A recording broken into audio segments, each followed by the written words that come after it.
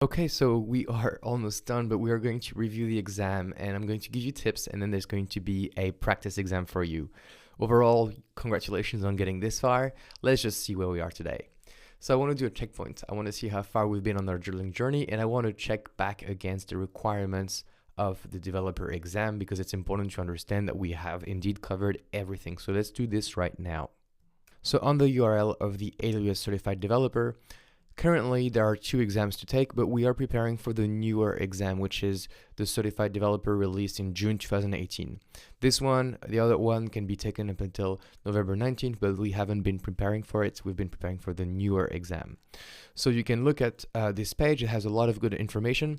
As you can see, there's a practice exam you can use, but there's no sample questions just yet available for this exam.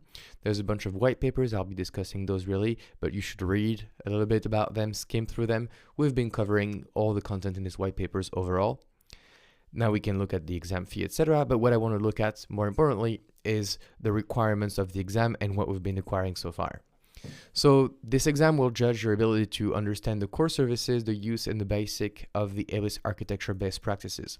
I think in this course we have explored a lot of different architectures. We've been explored traditional architectures with EC2, but also less traditional architecture using serverless, so we're fine. We've also developed, deployed, and debugged a bunch of cloud-based applications in AWS, would it be Lambda functions, EC2, Elastic Beanstalk, and we've set up some CI/CD pipelines. So overall, you should have now the ability to validate these 2 core points.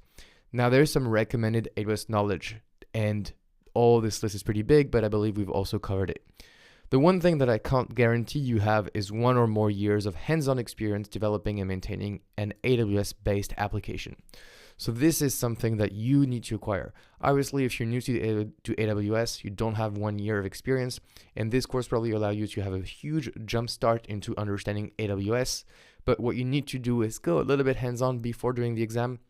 There's nothing new you're going to learn, but you're just going to solidify all this learning into your head. Is going to start making more sense to you. And hopefully you've already started applying this at your job using AWS. So this is something that you may want to wait if you don't feel too confident about AWS yet. Try to get a bit more experience, review this course 1 more time, and then you're ready to pass the exam. A high-level programming language you need to know. For this, we've been using Python 3.6 all around this course, but Node.js, Go, Java, all of these work. Usually when you know a programming language, you kind of understand all the things I've been doing in this course, so you're fine. Remember, the exam will not ask you programming questions, but understanding how programming works is really important because this is a developer certificate. Now, let's look at the AWS specific stuff. We have the understanding of core services for sure, and we know the basic AWS architecture best practices, for example, load balancer or the scaling groups. We definitely know how to do development, deployment now with CI/CD, and debugging. We can use CloudWatch, we can use X-Ray. There's a lot of things we can do here. We know how to use the AWS Services API. We've seen the main ones. We've done a lot of stuff with the CLI, and we've used the SDK numerous times when using AWS Lambda. Now we know the key features of each AWS services that we've seen. I had a lot of slides on them, so hopefully you had a lot of learning. The AWS shared responsibility model is something I haven't explicitly mentioned, but what this means is that AWS takes care of the security of their infrastructure, but you're responsible for your own security. So that means that your security groups are your responsibility. Enabling encryption is your responsibility, etc., etc. AWS does not guarantee that your application will be secure because it is your application, so it is your responsibility. What you have the guarantee is that AWS will not be hacked, hopefully by hackers. Now, the application lifecycle management, for sure, we've seen this. We've seen how to do dev, test, prod. We've had CD pipeline. We've seen how to do Lambda aliases to point to different versions, as well as API gateway stages. So we can see the application lifecycle management for sure. We have used a CI/CD pipeline to build and deploy applications all the way from code commit, code build, code pipeline, and we've seen an overview of code deploy, and we've seen Elastic Beanstalk as the deployment platform. We know how to interact with services using the CLI and the console, that's for sure. We know the basic understanding of writing cloud native applications. So this is pretty easy, but that means cloud native means that either it's a Lambda function or it's going to be something like ECS and Docker.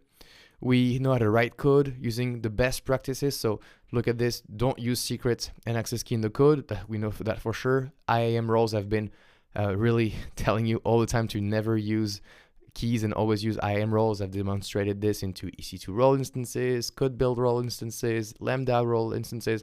We've had plenty of practice with policies, assigning roles and modifying them to have permission to go around permission issues. We know how to author and maintain modules on AWS. This is pretty much the same as using the SDK. And we know how to write code for serverless applications. We've had Lambda functions for doing numerous things. And we actually also know how to use the SAM framework, so serverless application model, to write the code and deploy it on the AWS network, which is great. Finally, the understanding of the use of container in the development process. This is around ECS, so it doesn't ask you to know how to do it. It just says an understanding of the use of containers. So this is why I gave you more of an introduction to ECS. You know enough. Just know that ECS equals Docker equals application load balancer equals scalable model type of thing. So that's it. We have pretty much covered all the AWS knowledge. This is obviously high level. What we've been doing is a big drill down into all the services that cover these areas. You could go into the exam prep. As you can see, you can do an AWS training. You can look at some white papers. But overall, if you trust me, I've prepared you well, hopefully. So that's it. We've learned all the things we need to learn. Now I'm just going to give you some exam tips in the next lecture.